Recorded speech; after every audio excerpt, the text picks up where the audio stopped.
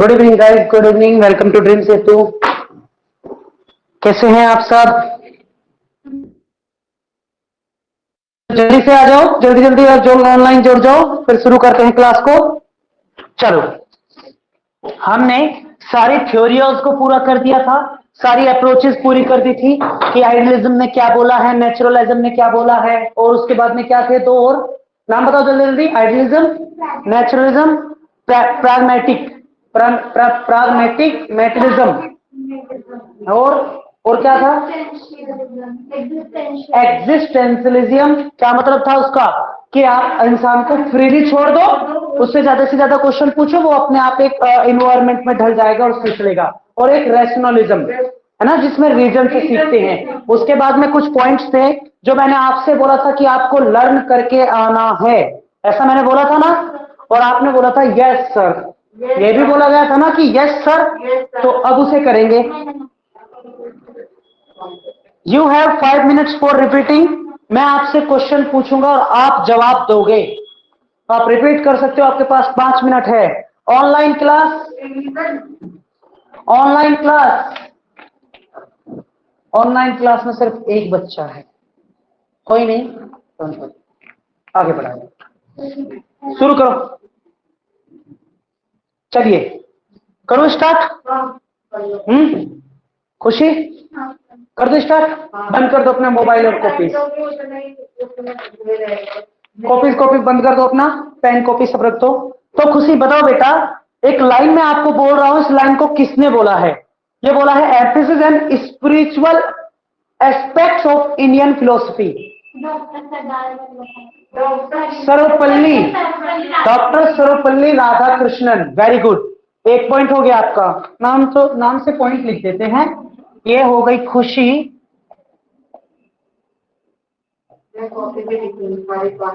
खुशी मीनाक्षी।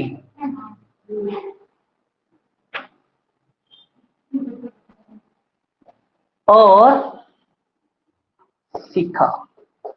जो भी ऑनलाइन बच्चा है, एक बार ऑनलाइन जुड़ने के बाद मुझे मैसेज डाले या इन्फॉर्म करे, हाय बोल देना एक बार अनम्यूट करके, ताकि मैं नाम लिख सकूं। So Khushi, first of first, पहला क्लियर, मार्क्स 2। सेकंड मीनाक्षी, बंद रखना। सॉरी।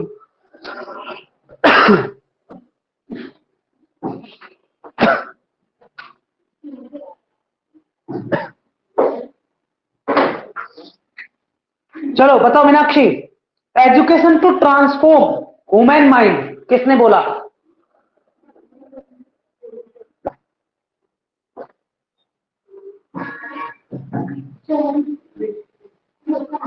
नो, 1 मिनट रुक जाओ। You have 30 seconds more. Education to transform human mind, education को ट्रांसफर होना चाहिए, ह्यूमन माइंड में ट्रांसफर होती है, किसने बोला है? यस, नो नो नो, वो है ही नहीं, वो नहीं है जो तुम बोल रहे हो। 10, 9, 8, 7, 6। भगवान का नाम बोलो, बोलो बोलो। कृष्णामूर्ति, जद्दू कृष्णामूर्ति। हाँ चलो, जय कृष्णामूर्ति, जय कृष्णामूर्ति। नेक्स्ट आप, self education through development of individuality, किसने बोला? Self education through development of individuality, कि सेल्फ को हाँ, मैरिया मोंटेसिया। ठीक, गुड। नेक्स्ट, एक्सपीरियंटल लर्निंग किसने दिया? John Dewey. वेरी गुड, इतनी स्पीड से आंसर होना चाहिए। No formal learning, nature is the only teacher. आप, नो फॉर्मल लर्निंग, कोई फॉर्मल लर्निंग नहीं होनी चाहिए। Nature is the only teacher, कि नेचर एक केवल, क्या नाम बताओ? नहीं,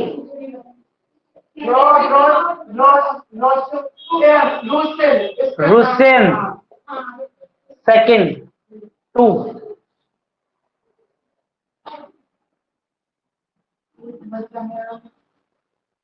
नेक्स्ट इंटीग्रल एजुकेशन श्री और अरबिंदो पॉइंट तुमने तो दिया है बेसिक एजुकेशन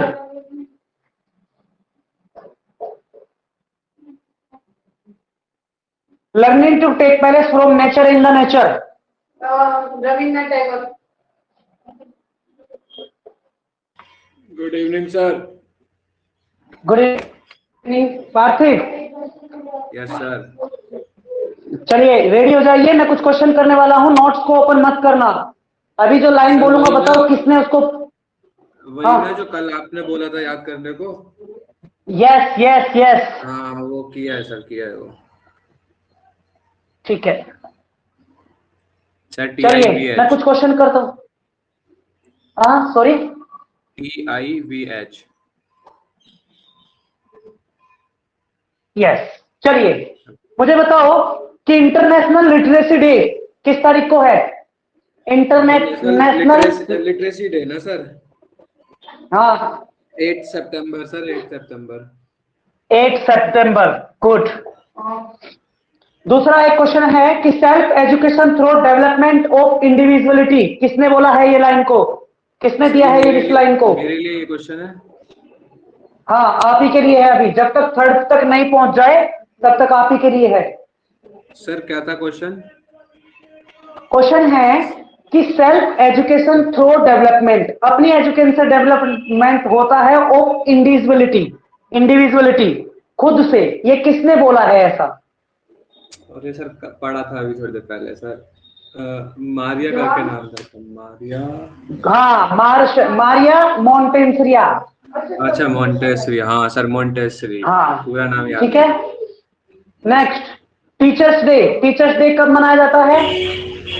टीचर्स डे तो सबको पता है सर, 5 सितंबर।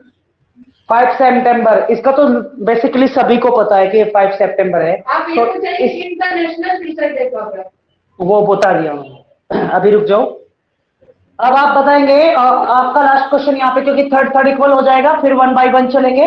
तो लास्ट क्वेश्चन ये है कि लर्निंग टू, हाँ अभी एक और है बताया ना। हाँ टीचर्स डे तो सबको पता रहता है, वो नहीं माना जाएगा। So the point that learning to take place from nature and in nature, कि लर्निंग केवल और केवल नेचर में होती है और सिर्फ नेचर में होती है, किसने बोला? सर ये तो आपने कल भी बताया था, टैगोर ने, रविन्द्रनाथ टैगोर। रविंद्रनाथ टैगोर। इंपोर्टेंट। अब 1 बाय 1 चलेंगे, मैं क्वेश्चन के साथ उस नाम लूंगा, उसी को आप बताना है, ठीक है? Yes sir. International mother language day खुशी कब मनाया जाता है? रॉन्ग, आप चुप रहेंगे, अभी नहीं बताएंगे। Rathiv. Yes sir. Rathiv, international mother language day कब मनाया जाता है? International mother language day sir, पता नहीं फरवरी था या मार्च था, ऐसे कुछ था। क्लियर डेट बताओ, डेट इंपोर्टेंट है मीनाक्षी। 21 फरवरी, वेरी गुड। 21 21 फेब, 21 फरवरी। नेक्स्ट नेशनल साइंस डे, सीखा, नेशनल साइंस डे। सर ये मेरे को पता है, 28 Feb. 28 Feb. International day of yoga Khushi, June 21, 5th, right. Hindi day, Parthiv Parthiv, yes sir. Hindi day, Hindi day हाँ सर 14 सितंबर।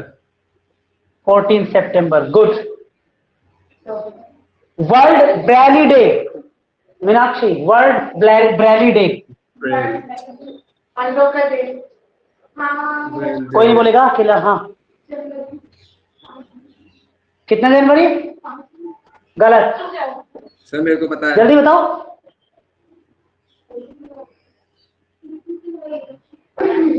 नियर बाई हो 4 मेरे जनवरी को पता है सर। सीखा 4 जनवरी 4 जनवरी 4 जनवरी, आपने 5 जनवरी बोला है।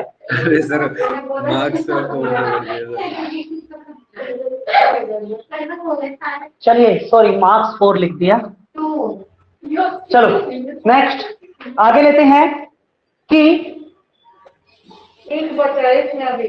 Self activity creativeness and social corporation किसने दिया है ये? Self activity creativeness and social corporation किसने बोला है इसको, इस लाइन को? इसमें एक काइंड मैंने एक वर्ड को पीछे छोड़ा है बस, और कुछ नहीं किया है। यस साथी बोलो। Yes sir. मैंने एक वर्ड को ब्रेक किया है कंप्लीट लाइन में से, तो ये लाइन किसने बोली है? Self activity creativeness and social corporation. Self activity, अरे सर क्या नाम था? फॉरवर्ड नहीं, वेरी गुड, प्रोबेल। कुछ था सर। हाँ probable, right right. एक्सपीरियंटल learning,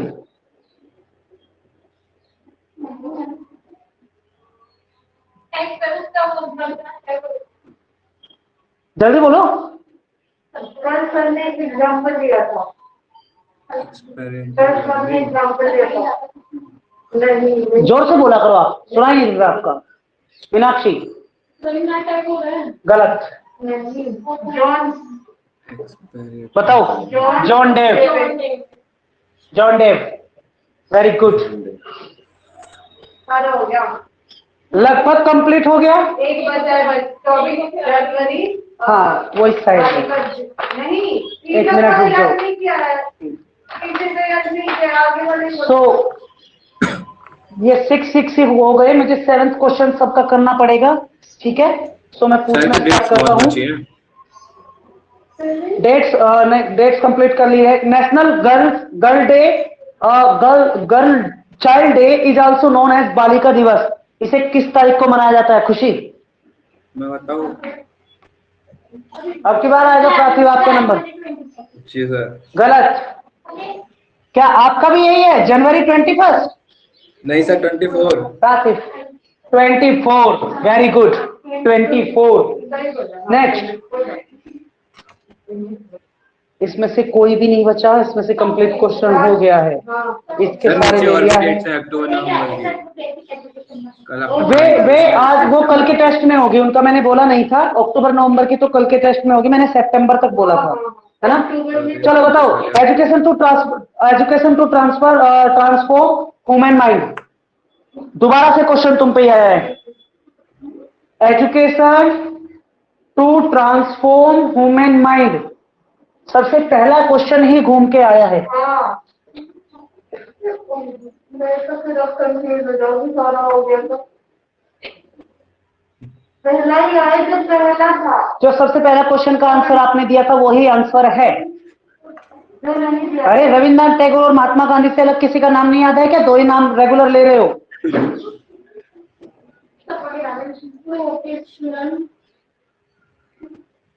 Jaddu Krishnamurthy, ऐसे बोलो जल्दी से। एंड लास्ट इज, इजी पूछ लो क्योंकि अब मैं कंफ्यूज हो जाऊंगी क्योंकि सारे आंसर आ गए हैं। सेल्फ एजुकेशन थ्रू डेवलपमेंट और ऑफ इंडिविजुअलिटी। अरे मॉन्टेस्क्यू उसने बोला था, मॉन्टेस्क्यू ने। Good, very good. सो ये आपका रिजल्ट है। जो इसमें से छोटा सा क्वेश्चन था 2 4 6 8, कितने हैं? 8 मार्क्स बाय 14।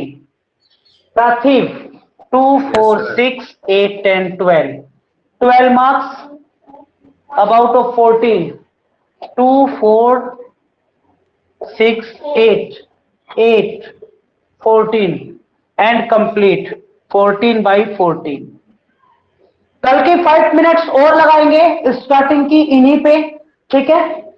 और कल की 5 मिनट में फिर से एक बार आप लोगों को इसे लर्न करके आना है, रिवीजन करेंगे। और इसमें लास्ट जो अक्टूबर और नवंबर की डेट है वो भी फिक्स होंगी, वो भी मिक्स रहेंगी। क्लियर है? ठीक है। आज हम कुछ बात करेंगे आज हम बात करेंगे किसकी, कि टीचिंग पढ़ाने के लिए क्या क्या करना चाहिए, रूल्स ऑफ टीचिंग, जिसे मैक्सिमम्स ऑफ टीचिंग भी बोला गया है। ठीक है, क्या क्या करना चाहिए, क्या क्या पढ़ना चाहिए। इससे बीच में आता है एडल्ट लर्निंग से रिलेटेड कैरेक्टरिस्टिक्स, इसके बीच में ही आता है माइनर जो बच्चे हैं उनके कैरेक्टरिस्टिक्स होते हैं लर्निंग के, उन दोनों को आपको खुद से पढ़ना है। ठीक है, मैं क्लास लूंगा उसकी, लेकिन जो इंपॉर्टेंट पहले है मैं उसको पहले कराते हैं। ठीक है, क्योंकि ये छोटे छोटे हैं। अभी आपके इस नोट्स में अवेलेबल होगा मैक्सिम्स, MAXIMS ऑफ टीचिंग, या रूल्स ऑफ टीचिंग भी इसको बोल सकते हैं। बहुत ही इंटरेस्टिंग सा, बहुत ही छोटा सा, और आप लोगों को इसके बारे में पूरी नॉलेज है, आप सब जानते हैं। रूल्स ऑफ टीचिंग का मीनिंग क्या होता है? रूल्स ऑफ टीचिंग का मीनिंग होता है पढ़ाया कैसे जाए, क्लास को इंटरेस्टेड कैसे बनाया जाए, बच्चों को इंटरेस्ट कैसे आए, किस तरीके से उनका ध्यान लगे, इन सारी चीजों के क्या रूल्स होते हैं उन्हें ही आज हम कंप्लीट पढ़ेंगे। ठीक है, चलिए पॉइंट्स लिखते हैं। MAXIMS ऑफ टीचिंग, या इसे रूल्स ऑफ टीचिंग भी बोलते हैं, रूल्स ऑफ टीचिंग है। अब 1 बाय 1 हम लिखना शुरू करेंगे। तो सबसे पहले एक बार ये चीज समझ लेते हैं कि हमें क्या करना है ना। इसमें मैं थोड़ी सी रीडिंग करूंगा और लाइन से आपको बताऊंगा, उसके बाद हम शॉर्ट ट्रिक के माध्यम से सीखेंगे। थोड़ा सा पढ़ते हैं, टॉपिक पढ़ने वाले हैं, उसकी नॉलेज लेते हैं। Every teacher wants to make maximum involvement, हर सारे टीचर ये चाहते हैं कि वो कम से कम इन्वॉल्वमेंट करें, कुछ कम से कम मतलब आपको कंसेप्ट में ज्यादा से ज्यादा सिखा सके। And participation of the learner in the learning process, सारे जो टीचर होते हैं ना, होते हैं कि जो पार्टिसिपेशन हो ना, जो लर्नर्स हो वो क्लास में कम होने चाहिए ताकि ध्यान ज्यादा लग सके। देखो, अगर क्लास में बच्चे कम हैं तो उनका अट्रैक्टिव रहता है, अटेंशन में रहते हैं बच्चे भी और टीचर भी। अगर ज्यादा हो जाते हैं, मे बी अगर लगभग 80 बच्चे अगर एक क्लास में बैठे हैं, तो जहां टीचर खड़ा है वहां से जो 80 नंबर पे स्टूडेंट होगा ना, लर्नर होगा, वहां अपना फोकस कर पाना मुश्किल है, वो नहीं हो पाएगा। हाँ, जो जस्ट बराबर में या फर्स्ट बेंच पे बैठा है उस पर फोकस करना इजी रहता है। He sets the classroom in such a way to that it becomes attractive for them. उन्हें वे क्या करते हैं, अपनी क्लास को अट्रैक्टिव बनाते हैं, इस तरीके से अपनी क्लास को सेट करते हैं कि वो अट्रैक्टिव रहे ताकि बच्चे अटेंशन में रहें। ठीक है, He used different methods, rules, प्रयोग किया जाता है टीचरों के द्वारा अलग अलग तरीके के मेथड्स, नियम, रूल्स, तरीके, ताकि बच्चा अट्रैक्टिव रहे। तो इसमें जो हम सीखेंगे वो ये सीखेंगे कि हमें बच्चे को किस तरीके से पढ़ाना चाहिए ताकि वो अट्रैक्टिव रहे। तो हमारा फर्स्ट पॉइंट है, तो हमें एक बच्चे को नॉन, KNOWN, नॉन से अननोन की तरफ चलना चाहिए। कोई मुझे बताएगा मीनिंग क्या होगा? नॉन मतलब जानना, अननोन मतलब जो नहीं आता। राइट, चलो एक एग्जांपल से लेते हैं, एक एग्जांपल से समझते हैं। आप मुझे सबसे पहले ये बताओ, मैंने आप सभी को बताया था क्लास फर्स्ट क्लास में मैंने सबको बताया है टीचिंग के स्टेप्स क्या होते हैं, कैसे टीचिंग होती है, एक टीचर पूरे स्टेप कैसे कंप्लीट करता है, first step, second step, 7 step मैंने आपको बताए थे। सो बताओ क्या है? सबसे पहले प्लानिंग होता है। नहीं, कोई भी ऑनलाइन ऑफलाइन क्लास, मैंने फर्स्ट क्लास में बताया था कि टीचर क्या करता है, टीचर 7, वेरी गुड, सबसे पहले गोल को फिक्स करता है, उसके बाद प्रायर नॉलेज, बच्चे की प्रायर नॉलेज वो यही होती है जहां हम अननोन नॉन से जानते हैं कि बच्चे को कितनी नॉलेज है, उसके बाद करते हैं प्लानिंग, उसके बाद करते हैं टीच, फिर करते हैं इवैल्यूएशन और रीटीच। यही 6 से 5 से 6 स्टेप मैंने आपको बताए थे जो टीचिंग के स्टेप्स थे। ठीक है, सो बच्चे को नॉन से अननोन, प्रीवियर नॉलेज बिना हम ये नहीं समझ सकते कि बच्चे को किसी चीज की नॉलेज कितनी है। अगर आपने किसी बच्चे को नॉलेज है 2 × 1 = 2 होता है, या 2 मल्टीप्लाई 2 इज इक्वल टू 4 होता है, या 2 मल्टीप्लाई 3 इज इक्वल टू 6 होता है। ऐसा उसने लिखा हुआ है और ये इस कंसेप्ट को वो लर्न कर चुका है, ये वो जानता है। तो यहां से आपको बच्चे को सिर्फ इतना बताना पड़ेगा कि बेटा 3 में 1 की मल्टीप्लाई कर दो, 3 में 2 की मल्टीप्लाई कर दो, 3 में 3 की मल्टीप्लाई कर दो, तो आपका जो आंसर आएगा वो ही आपका 3 का टेबल होगा, आपका 3 का टेबल हो जाएगा। तो बच्चे को अगर ये नोन नहीं है, हम नहीं जानते बच्चे को ये पता है या नहीं पता है, तो कैसे हम उसे 3 का टेबल करवा पाते? सबसे पहले बच्चा जो जानता है उस नॉलेज को पकड़ो, उस नॉलेज को एक्सेप्ट करो, देखो कि उसे कितना आता है, उसकी नॉलेज को चेक करो और उसी के बेस पे से अननोन की तरफ लेके जाओ। अगर 2 का टेबल आता है तो 3 का टेबल सिखा सकते हो, आता है तो फिर आप कोई भी टेबल सेम पैटर्न से सिखा सकते हो। लेकिन अगर बच्चे को 2 का ही टेबल नहीं आता तो आगे के टेबल्स को आप नहीं सिखा सकते, क्योंकि you have no pattern for understanding, समझने के लिए कोई पैटर्न ही नहीं होगा। सो इसीलिए मैंने फर्स्ट रूल में ये कहा कि सबसे पहले बच्चे की वो नॉलेज आप देखो जो बच्चे को आती हो और उसी बेस पे आप आगे चलो। एक और एग्जांपल, आपने टीचिंग एप्टीट्यूड की क्लास कर ली, आपसे अलग कोई बैच आएगा जो टीचिंग एप्टीट्यूड की क्लास करेगा, तो अगर मैं आपको पढ़ाऊं तो नॉलेज किसको ज्यादा होगी? क्योंकि आपके पास उसकी प्रीवियस नॉलेज भी है ना। तो उसी बेस पे आपको अलग तरीके से पढ़ाना पड़ेगा और उन्हें अलग तरीके से पढ़ाना पड़ेगा। इसीलिए बेंचेस पढ़ाने के अलग अलग किए जाते हैं। अदरवाइज टीचिंग एप्टीट्यूड है, सबको एक साथ में तो पढ़ा सकते हैं।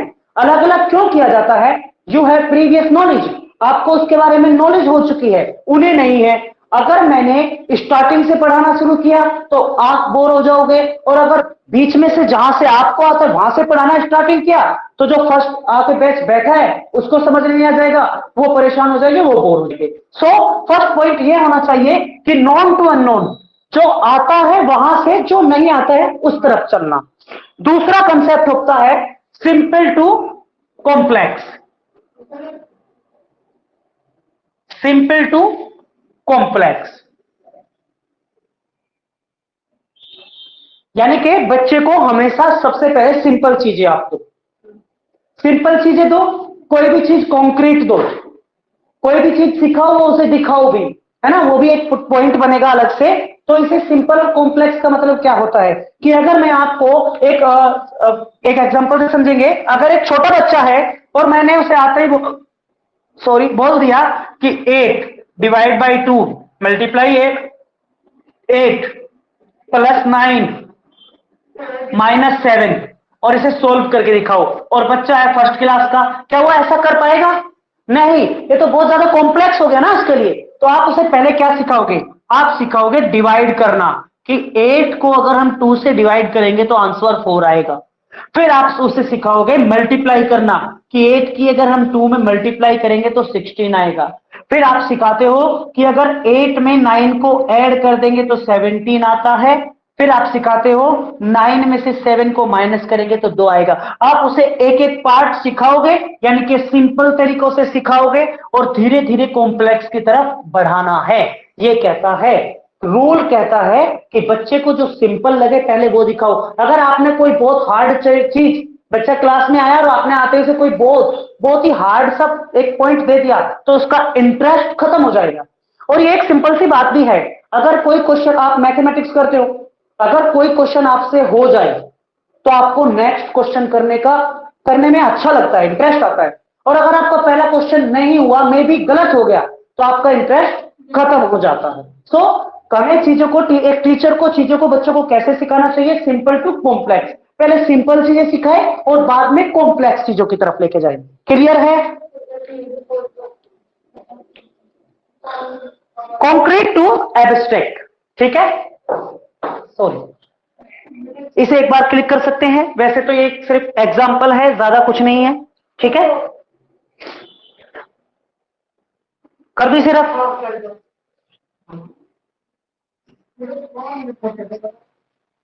आप लोग सामने हो, ऑनलाइन वाले बच्चे सामने नहीं हैं, उन्हें वॉइस कम आता है, ठीक है। From concrete to abstract, concrete से एब्स्ट्रैक्ट,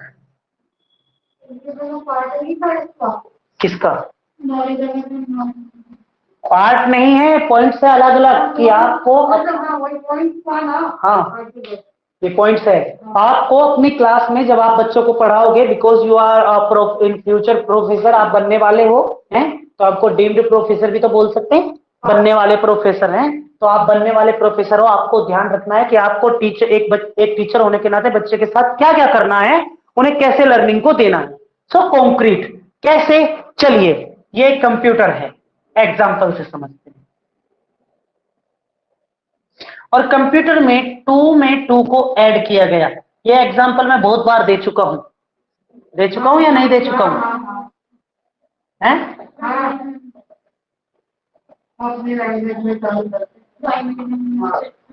और फिर आपने बच्चों को बताया कि नहीं भैया बेटा, ये 2 और 2 को ऐड नहीं करता, ये 10 में 10 को ऐड करता है और आंसर 101 देता है।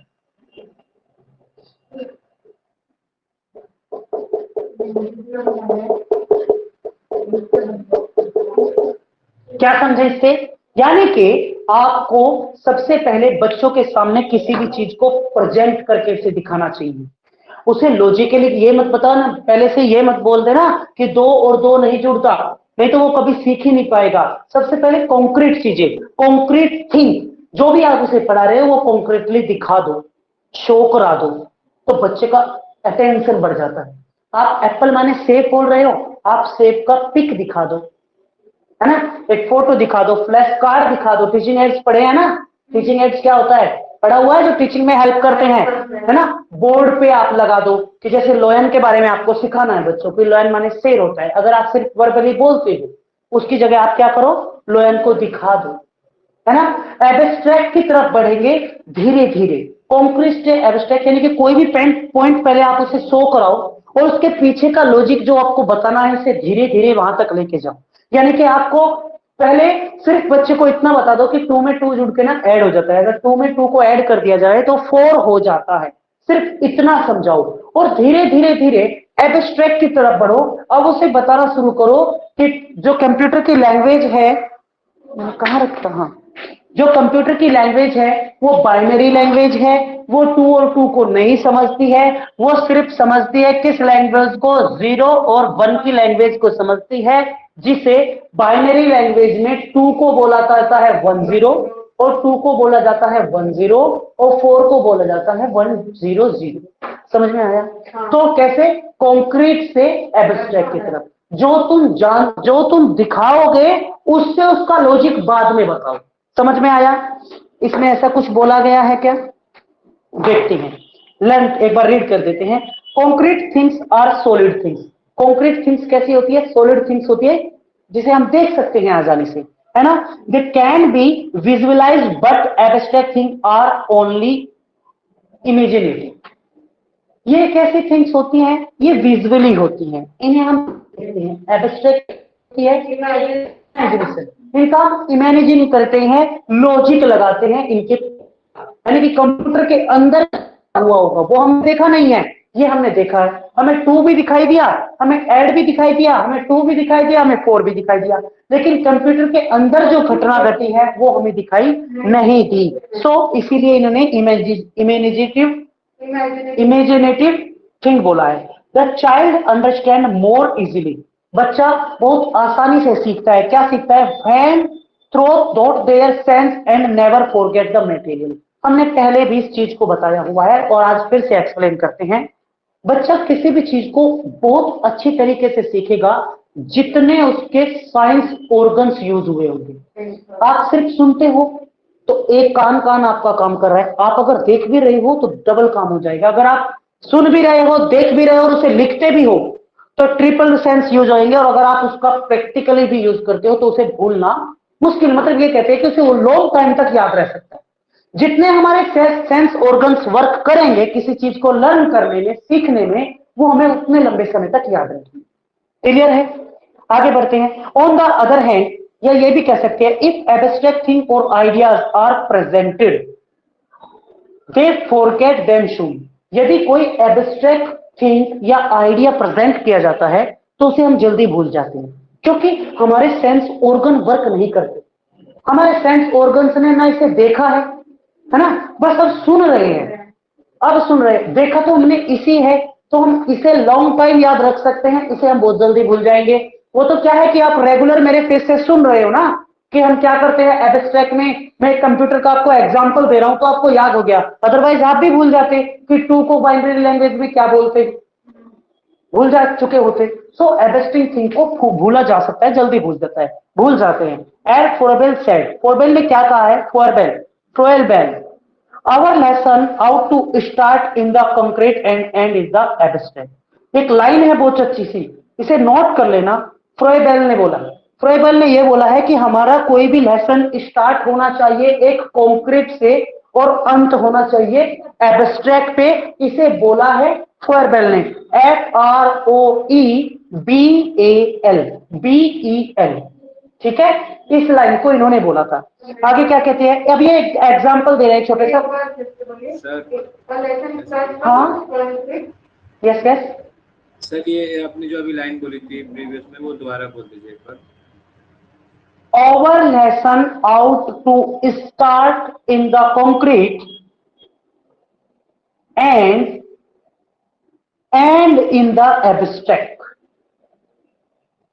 एक चैप्टर स्टार्ट होना चाहिए कंक्रीट से और उसका एंड होना चाहिए एब्स्ट्रैक्ट, यानी कि आप जो चैप्टर को पढ़ा। हाँ किसने बोला था? ये फ्रोबेल, फ्रोबेल FROEBEL, ओके। आगे बढ़े, इन्होंने एक एग्जांपल दिया है, when we teach the solar system, जब हम सोलर सिस्टम के बारे में पढ़ते हैं। सोलर सिस्टम क्या है, सूर्य के चारों तरफ के जो घूमते हैं उनके बारे में हम visualize the sun throw over sense and give the concept of 8 planets, galaxy, meteorites, it is meteorites। ये बोल रहे हैं कि अगर हम इस चीज को पढ़ते हैं कि सूरज होता है, सूरज के चारों तरफ 8 प्लैनेट्स हैं, है ना, वो घूमते हैं, बहुत सारी गैलेक्सी है, इसको सिर्फ हम देखते हैं या अगर हम पढ़ते हुए देखते हैं। अगर हम देखते हैं ना तो वो ज्यादा लर्न याद रहेगा कि सूरज की तरफ ये यहाँ इतनी डिग्री पे घूमता है, ये यहाँ इतनी डिग्री पे घूमता है, तो वो ज्यादा लर्न रहेगा।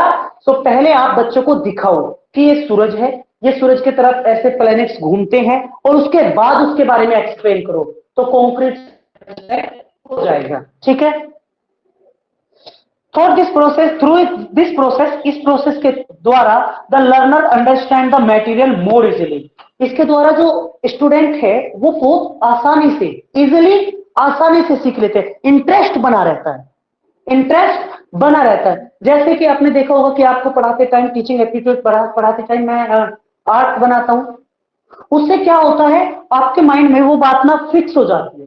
अच्छा, टीचर का क्लास में आना, बोल के जाना और बच्चे का कुछ ना बोलना, इसका मतलब ये टीचर सेंटर मेथड था और ये लेक्चर देके गया होगा 100%। क्योंकि क्लास में वो आपके वो पिक होती है ना, वो माइंड में ऑटोमेटिक फ्लैश हो जाती है, ऑटोमेटिक आ जाती है जब उस आप पॉइंट को समझते हैं, राइट। सो अब नेक्स्ट पढ़ेंगे analyse to synthesis. Next point है एनालाइज फॉर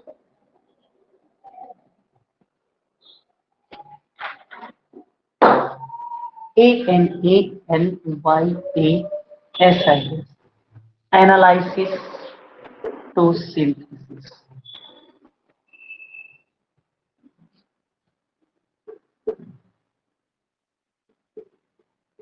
एक बार रीड करते हैं फिर एक्सप्लेन करेंगे धीरे से, ना धीरे धीरे। क्या बोलता है, when we divided thing into into easy parts or spares elements in order to understanding। जब हम किसी भी वस्तु को समझने के लिए उसे उसके पार्ट्स में डिवाइड, दिस इज फैक्ट, ऐसा है।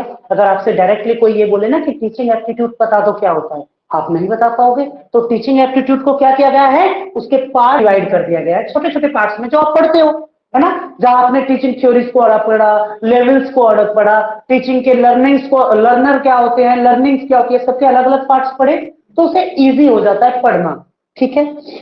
सो ये यही कहता है कि when we divide a thing, जब यदि हम किसी वस्तु को डिवाइड कर देते हैं इनटू इजी पार्ट, उसके पार्ट्स में हल्के हल्के छोटे छोटे पार्ट्स में डिवाइड करते हैं। और स्पेट्स एलिमेंट्स का मतलब यही होता है ना, पार्ट में डिवाइड करना, इन ऑर्डर टू अंडरस्टैंड, समझने के बेस पर। जैसे पहले प्लस, फिर माइनस, फिर डिवाइड, वो मल्टीप्लाई, फिर डिवाइड, ऐसे ही तो सीखते हैं। एक क्रम में एक क्रम में लगा के दे देते हैं।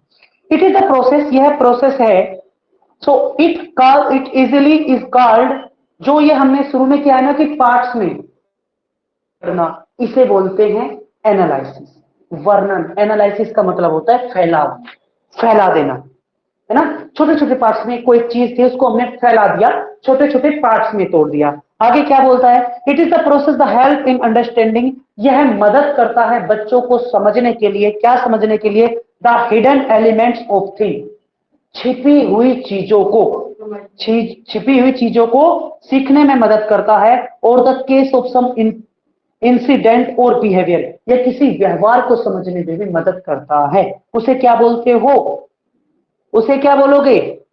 फॉर इंटेंशन और order to tell about the structure of function of the heart, the part of the heart are slow separately और knowledge to of every part is given after it, the student are made the understanding the structure और system of working of the heart, it is the way every difficult thing can be easily understood. अब बात करते हैं synthesis. ये क्या बोला है इसने? इसने ये बोला है कि जो एनालिसिस का मतलब है वो ये है कि किसी भी हिस्से को, अभी इसने ये जो बताया है ना, ये हार्ट के बारे में जो मैंने एक बार में पढ़ दिया, जिसको एक्सप्लेन नहीं किया, ये बता रहा है कि आप अगर एक बच्चे को ना हार्ट के बारे में पढ़ाना चाहते हो तो उसे उसके छोटे छोटे पार्ट्स में डिवाइड करके पढ़ाओ, तो वो अच्छे से सीख पाएगा। अगर मैं एक छोटा सा एग्जांपल आपके सामने ये मैथ का रख दूं, तो ये फिक्स है कि हम अगर आपको एक साथ प्लस माइनस डिवाइड और मल्टीप्लाई सिखा दे, क्या सीख पाना पॉसिबल है? नहीं, वो परेशान कर देगा। पहले प्लस सिखाया, फिर सिखाया माइनस, फिर सिखाया मल्टीप्लाई, और लास्ट में सिखाते हैं डिवाइड। ये हम सिखाते हैं या नहीं सिखाते हैं, है ना? तो आपको भी अपने बच्चों को एनालिसिस करना चाहिए कि जब भी आप उन्हें पढ़ा रहे हो तो किसी भी बड़े पार्ट को उसके छोटे छोटे पार्ट्स में तोड़ देना ही एनालिसिस होता है, जो समझने में आसानी कर देता है बच्चों को, है ना। अब बात करेंगे सिंथेसिस।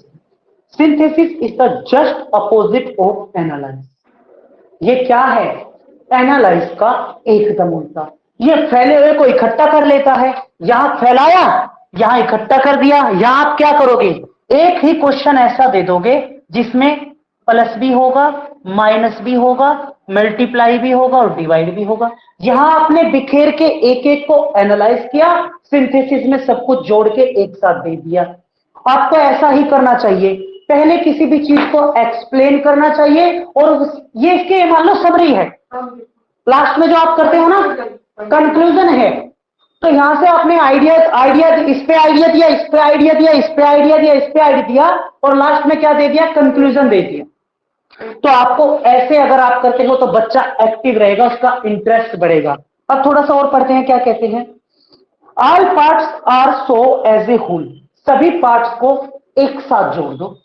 इन्होंने कहा तोड़ दो, ये कहते हैं अब जोड़ दो। यानी कि आप जो चैप्टर आपने पढ़ाना शुरू किया था अच्छे से जानते हो, मैथमेटिक्स की आप क्लासेस लेते हो, आपको ऐसे ही सिखाया जाता है ना, टाइप फर्स्ट के क्वेश्चन ये होंगे, फिर टाइप सेकंड के क्वेश्चन ये होंगे, एंड एट लास्ट वो आपको इकट्ठा करके 20 क्वेश्चन दे देगा। तो उसने क्या किया? पहले एनालाइज किया, पार्ट्स में डिवाइड किया, और फिर ये जो क्वेश्चन दिए हैं ये उसने सिंथेसिस कर दिया। कंप्लीट है? क्लियर है यहां तक सभी को? चलिए, the process of analyze is the easier then synthesis. जो एनालिसिस का प्रोसेस है वो इससे क्या है? इजी है। ये बिल्कुल फैक्ट है। यहां आपको एक बार में एक माइंड लगाना है, एक बार में एक माइंड, एक बार में एक माइंड, एक बार में एक माइंड। यहां एक बार में चारों माइंड लगा देने हैं, चारों तरीके से दिमाग लगाना है। इसीलिए अक्सर कैसा होता है कि जब हमें पढ़ाया जाता है ना, तो जो क्वेश्चन कराए जा रहे हैं वो हमें करते रहते हैं, क्योंकि वो इन पे बेस्ड होता है। अच्छा, आपको याद रहता है कि प्लस का हमें सवाल समझाया गया है तो आंसर हमें प्लस में ही देना है, लेकिन सिंथेसिस में क्या करना पड़ता है? सोचना पड़ता है कि प्लस करे या माइनस करे, डिवाइड करे या मल्टीप्लाई करे। ठीक है, तो इजी कौन सा है? एनालिसिस इजी होता है। चलिए आगे इसने कहा है this process developing the analytical power of the student. ये प्रोसेस क्या करता है? एनालिटिकल, यानी कि एक्सप्लेन करने की पावर को डेवलप करता है। समझ में आ रहा है? नेक्स्ट आगे क्या बोला है? It is the best method of starting the teaching process. ये क्या है? टीचिंग प्रोसेस का बेस्ट मेथड है। क्या क्लियर है? अब इसमें कुछ और बताने की जरूरत तो नहीं है। एक बार दोबारा, एनालिसिस क्या होता है? किसी भी पॉइंट को जो आपको पढ़ाना है उसे उसके पार्ट्स में तोड़ के पढ़ा देना, यानी कि पूरी तरीके से फैला देना, एक्सप्लेन करके बताना। और सिंथेसिस क्या होता है? जोड़ देना। पूरे पार्ट्स जो आपने बिखेरे अब उन्हें इकट्ठे कर दो एक जगह और इकट्ठे करके एक साथ देना। ये आपका एनालिसिस होता है। अब हम बात करेंगे from the particular to general. Particularly, एक बार इसको क्लिक करोगे या रब कर दो?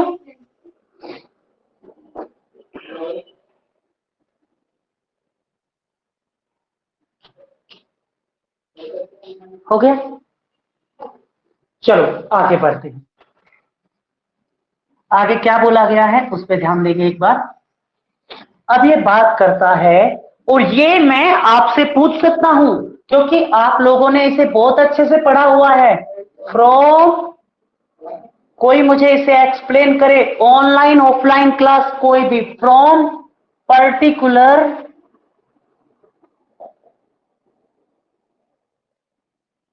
To general. ये एक मेथड है, टीचिंग मेथड है ये एक। पर्टिकुलर टू जनरल, कोई मुझे बताए online offline class what is the meaning? इसका मीनिंग क्या है और ये कहां आता है? कौन सा मेथड है? अगर किसी ने बताया तो अच्छी बात है, नहीं तो आपका रिवीजन बिल्कुल नहीं हो रहा है, ये याद रखना।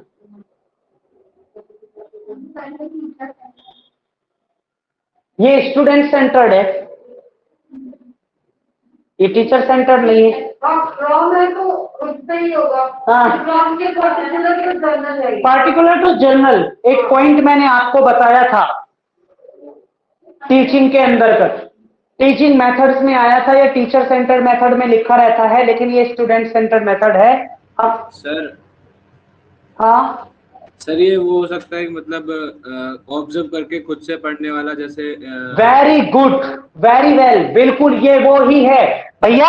ये आईजीपी ही, आईपीजी है, मैं पीजी में रहती हूं। इंडक्टिव पार्टिकुलर टू जनरल, यानी कि एक चीज को ऑब्जर्व किया, एक चीज को ऑब्जर्व किया, एक चीज को ऑब्जर्व किया, एक चीज को ऑब्जर्व किया, जितनी भी चीजों को ऑब्जर्व किया सबसे एक थ्योरी बना दी। ये होता है आपका particular to general. Very good Parthiv, ये प्राथमिक ने बताया, आपसे बात का स्टूडेंट है, आपसे पहले आप इसे पढ़ चुके। Thank you sir, thank you. जैसे इसमें एक और एग्जांपल ले सकते हैं कि आप क्या बताओ कि बेटा 0 को 2 से डिवाइड करना। सर 0, 2 को 2 से डिवाइड करो 1, 4 को 2 से डिवाइड करो 2, 6 को 2 से डिवाइड करो 3। और फिर आप बच्चे को बाद में बताओ, यहां 4 जगह एक बच्चे ने एक बात को ऑब्जर्व कर लिया। अब आप बच्चे को बताओ कि जो भी नंबर 2 से डिवाइड होते हैं वो इवन नंबर होते हैं। तो ये आपने थ्योरी दी है। सो इसे कहते हैं पार्टिकुलर टू जनरल। आपको जो बच्चों को टीचिंग करानी चाहिए वो पर्टिकुलर टू जनरल बेस पे करानी चाहिए। आप पहले एग्जांपल दो, एंड यू नो दैट, आप देखते होंगे कि मैं किसी भी पॉइंट को बताने से पहले आपको ये बोलता हूं कि चलो पहले एग्जांपल लेते हैं। वो इसीलिए एग्जाम्पल से किसी भी पॉइंट को लगभग 30 से 40% बच्चा ऑटोमेटिक समझ लेता है कि इसमें बोला क्या जा रहा है ना। जैसे अभी मुंबई इंडियन की हालत जो अभी चल रहा है, मैचेस बहुत खराब चल रही है इस बार, लगातार मैचेस आ रही है। तो अगर कोई उसका फैन है मुंबई इंडियन का, तो उसने क्या किया होगा? पहला मैच देखा, मुंबई हारी। दूसरा मैच मुंबई देखा, उसमें भी मुंबई हारी। तीसरा मैच मुंबई का देखा, उसमें भी मुंबई हारी। फोर्थ मैच उसने मुंबई देखा, उसमें भी मुंबई हारी। तो वो फिफ्थ मैच देखेगा नहीं, और थ्योरी में वो क्या कहेगा? हमें मैच नहीं देखना, मुंबई तो हारेगी ही। उसने अपना कंक्लूजन दे दिया। तो पार्टिकुलर टू जनरल यही है कि जगह जगह से ऑब्जर्व किया और फिर एक थ्योरी को दे दिया। तो पहले एग्जाम्पल, अगर हम इसकी टीचिंग की बात करें तो पहले एग्जाम्पल, और एग्जाम्पल के बाद थ्योरी देना, ये होता है। पहले एग्जाम्पल्स दो जिससे बच्चा ऑब्जर्व कर सके और उसके बाद उससे रिलेटेड थ्योरी दो। क्लियर है? चलो आगे बढ़ते हैं फिर, जब क्लियर है तो ये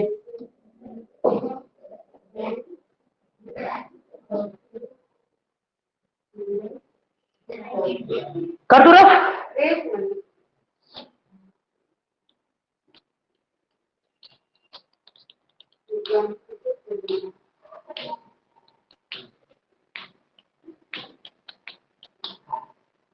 चलिए आगे बढ़ेंगे।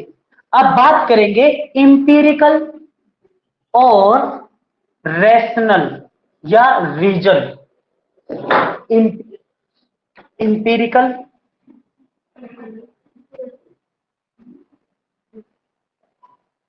Empirical to reason. चलो क्या समझते हो इसके मीनिंग से, क्या समझ सकते हैं, क्या समझ सकते हैं इसके मीनिंग से? चलो एक बार मैं एक्सप्लेन कर दूं, थोड़ा सा मैं रीड करूं, फिर उसके बाद में एग्जांपल और उसके बाद में बताएंगे कि चीज क्या है। ये बोल रहे हैं एम्पिरिकल नॉलेज इज दैट, यह एक ऐसी नॉलेज है which is based on observation, जो ऑब्जर्वेशन पर आधारित होती है। यानी कि अगर मैं इसे बिना पढ़े यहां रख के बता दूं तो ये कहेंगे कि ऑब्जर्वेशन, एक्सपीरियंस, किसी चीज को ऑब्जर्व करो फिर एक्सपीरियंस करो, ऑब्जर्व करो एक्सपीरियंस करो, ऑब्जर्व करो एक्सपीरियंस करो। जब आप किसी चीज को ऑब्जर्व करके एक्सपीरियंस करते हो तो उसके बाद उसमें रीजन लगाओ। पहले जैसे कि एक एग्जांपल से समझते हैं, किसी बच्चे को आपको यह सिखाना है कि पानी हीट कितने डिग्री सेल्सियस पे हो जाता है, आपको ये बच्चे को सिखाना है ना। तो इंपीरिकल आप ऐसा करो ना, उस बच्चे के सामने हीटर पे पानी रख दो और ठंडा पानी रखो और उसको बता दो डिग्री, वो है ना, तो वो आता है क्या बोलते हैं इसको, इंडक्शन, इंडक्शन आता है ना। अब आप उसको चालू कर दो, डिग्री दिखाई देता है उसमें, ये देखो ये 10 डिग्री पे है या 5 डिग्री पे है या 100 डिग्री पे है, और आपने देखा कि ये 100 डिग्री पे ना बॉयल होना स्टार्ट हो गया है, उबलना शुरू हो गया है। तो बच्चा क्या करेगा, एक्सपीरियंस ले लेगा। जब उसके सामने प्रैक्टिकली वो चीज होगी तो आपको जब आपको क्लास में किसी टीचर को पढ़ाना है तो उसे इंपेरिकल से रीजन, पहले अनुभव कराए, पहले अनुभव कराए, पहले पानी उबाल के दिखाए और उसके बाद में रीजन दे कि पानी का टेम्परेचर जो है इतना ज्यादा हो गया है कि पानी के जो वे होते हैं ना, क्या बोलते हैं उनको यार, वो एक दूसरे से जुड़े रहते हैं, सॉरी, मॉलिक्यूल्स जो जुड़े रहते हैं वो टूटना शुरू कर देते हैं और पानी क्या हो जाता है, बॉयल हो जाता है। बाद में रीजन दो, पहले सिखाओ रीजन दो, पहले अनुभव कराओ बाद में रीजन दो। और कोई एग्जांपल जो आप लोग बता सकते हो, इससे रिलेटेड कोई और एग्जांपल बताओ है भाई। Yes, very good. आपने क्या किया, आपने एक बॉल ली और उसे हवा में थ्रो किया, बच्चों के साथ आप थे, आपने अपनी क्लास के सभी बच्चों को बाहर निकाला क्लास से और उसे उसने हवा में थ्रो किया, टीचर ने किसी भी चीज को, और वो थ्रो जब उसने हवा में किया तो वो वापसी आके जमीन पे गिरी।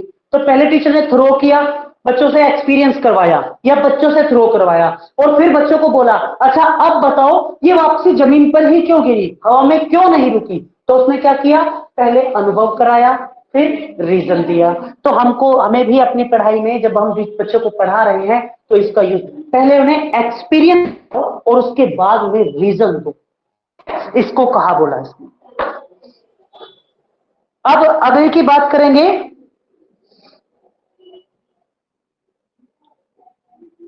इंडक्शन और डिडक्शन, दो तरीके की लर्निंग।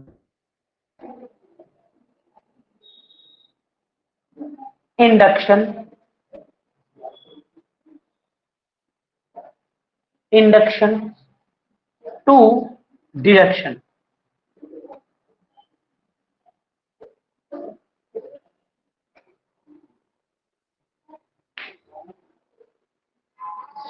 चलो अभी अभी आपने दो चीजों को पढ़ा, कौन कौन सी थ्योरी थी, कौन कौन सी पॉइंट्स पढ़े थे? एक आपने एम्पिरिकल से पहले पढ़ा था, पार्टिकुलर टू जर्नल। तो ये इंडक्टिव का मीनिंग ही यही होता है कि पार्टिकुलर टू जर्नल, और डिडक्टिव का मीनिंग होता है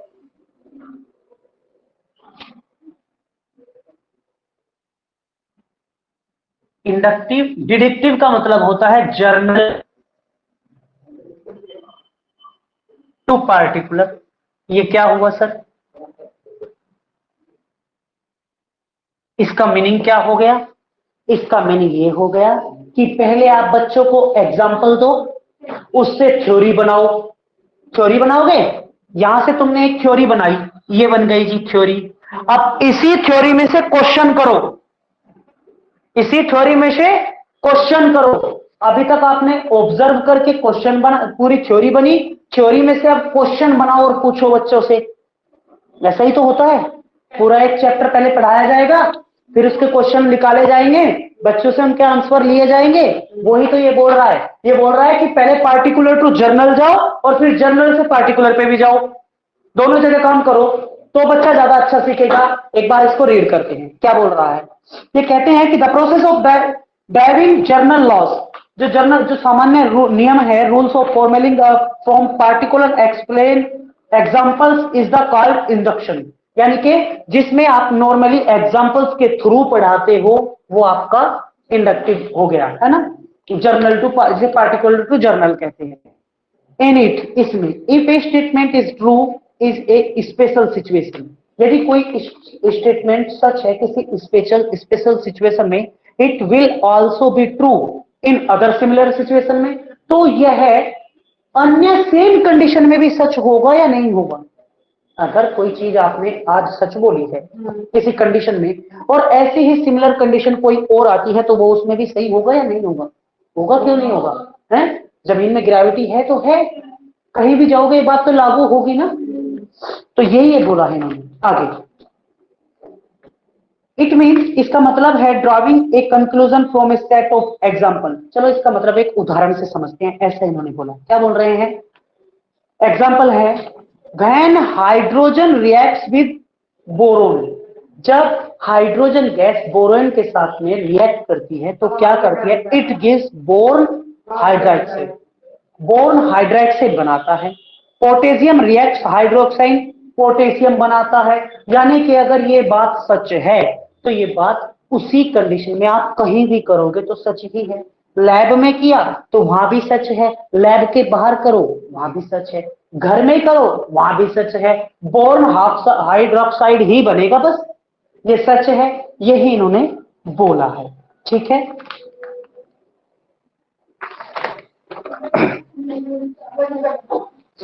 अभी अभी किसी ने हमें बताया था एनालिसिस में, कि एनालिसिस में क्या बोला गया था कि पार्ट, किसी भी पार्ट को ना, किसी भी चीज को पार्ट में तोड़ के पढ़ाओ, लेकिन एक और आया जिसने मान्यता दी whole of part, whole of part, whole of part.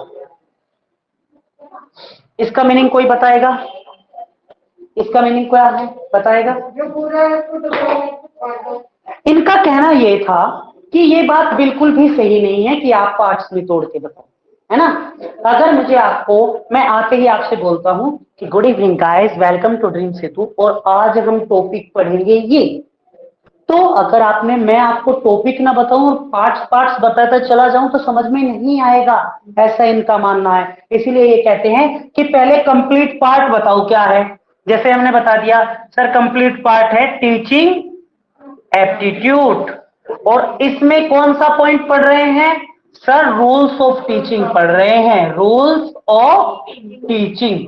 तो इन्होंने इस बात को माना, ये कहते टीचिंग में ये भी होना चाहिए, और हमारे अकॉर्डिंग दोनों सही है, दोनों का होना जरूरी है। क्लियर है? अब पढ़ेंगे थोड़ा सा आगे, इसमें एक बार इसको रीड कर लेते हैं ना, फिर आगे बढ़ेंगे। This magazine is the offshoot of the gestalt theory, gestalt theory, ये होल ऑफ पार्ट का जो रूल है वो किसने दिया था? अरे होल का ही बोल रहा हूं, किसने दिया था? कल मैंने टीच कराया था, कल ही मैंने पढ़ाया था सुल्तान के बारे में कि पिंजरे में सुल्तान को बंद किया गया था। किसने दिया था? जो कहते हैं कि whole is greater than sum of parts. Part को जोड़ने की बजाय आप क्या करो? होल पर ध्यान दो। किसी बच्चे ने मैसेज किया है, देखते हैं क्या बोला है। नहीं, मैसेज नहीं किया है, तो बताओ क्या बोला था? जेसॉल्ट ने बोला था भैया, जेसॉल्ट कोलर ने थ्योरी दी है। ये कल ही आप लोगों ने अच्छे से पढ़ा था, कल ही मैंने एक्सप्लेन किया था 3 बार। जेसॉल्ट थ्योरी, जेसॉल्ट कोलर द्वारा इस थ्योरी को दिया गया था। उसने बोला था कि पार्ट पार्ट को जोड़ने से बेटर है एक सिचुएशन प्रोवाइड कर दो, होल ऑफ पार्ट दे दो। चिंपैंजी वाला हाँ, वो चिंपैंजी वाला था जिसने पहले बॉक्सेस को लगाया, फिर स्टिक्स को लगाया और केलों को प्राप्त किया। तो वो कौन सा था? होल ऑफ था। ठीक है, ये पॉइंट क्वेश्चन पूछा जा चुका है कि होल ऑफ से मैच किसको करना था?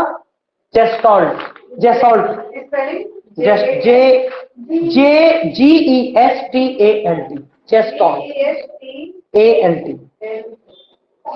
हुज मीन, जिसका मीनिंग था, क्या मीनिंग दिया था? Emphasis when to प्रेविस things of object of A whole are not in the form of parts. क्योंकि बोलता है जो आप कंप्लीट पार्ट से सीख सकते हो वो उसके पार्ट से नहीं सीख सकते, है ना?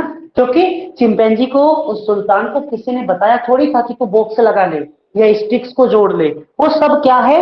वो सिचुएशन थी उसके पास जिससे उसने सीखा है। ठीक है, अब from definite to indefinite, definite and indefinite, indefinite क्या था भैया? इसे भी एक बार रीड करते हैं फिर एक्सप्लेन करेंगे, है ना? ये आज की क्लास का लास्ट टॉपिक होगा। ठीक है, और क्या है? A teacher should always start from definite because definite has is limits, boundaries and jurisdiction then indefinite things. सबसे पहले जो टीचर है वो डिफाइनाइट्स का मतलब होता है वर्णन करना। डिफाइनाइट थिंग्स से ही शुरू करता है, पहले एक्सप्लेन करता है और उसके बाद में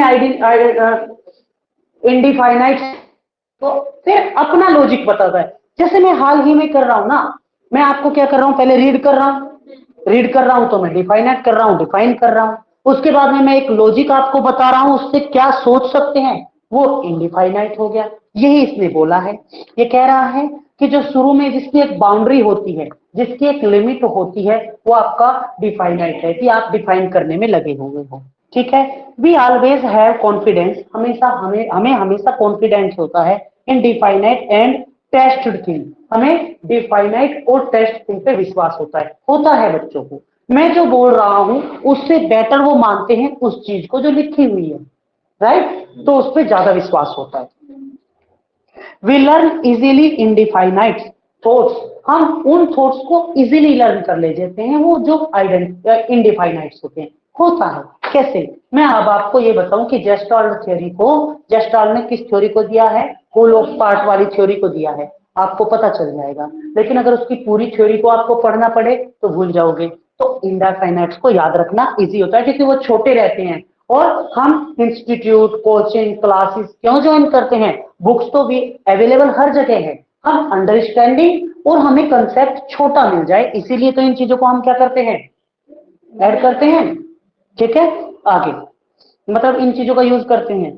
यहां देखते हैं, hence a teacher while teaching any content, जब कोई टीचर किसी कंटेंट को पढ़ाता है, should first present definite things, तो वो सबसे पहले डिफाइनाइट थिंग्स को प्रेजेंट करता है।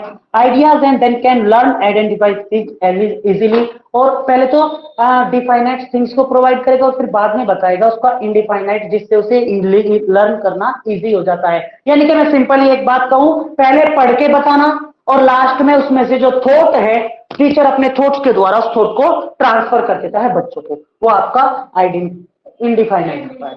सो आपके यही रूल्स हैं। एक बार सारों को मैं रिवाइज करा दूं जल्दी से।